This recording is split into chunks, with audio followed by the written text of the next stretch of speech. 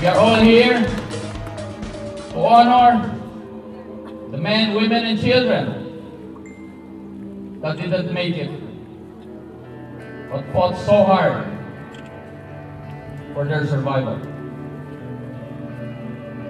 I would like to take this opportunity to thank all of you who have helped all of us Taclobanos in many, many ways. All the encouraging words in support. 2 years ago,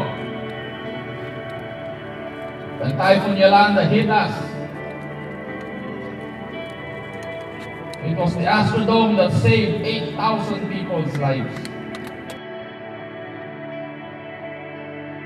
Pasensya na lang po kung nakakapagsalita kami ng maanghang dahil kami tao lamang.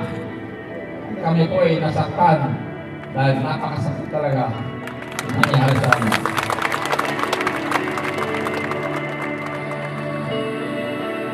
Minsan po, when we are in our most desperate times and moments, we do not always bring out the best in us. But I salute Taclobanos for doing their best. Maraming salamat, and we shall continue to fight, to be strong, to be resilient, and to always stand up for what is right. Maraming salamat, and God bless us all.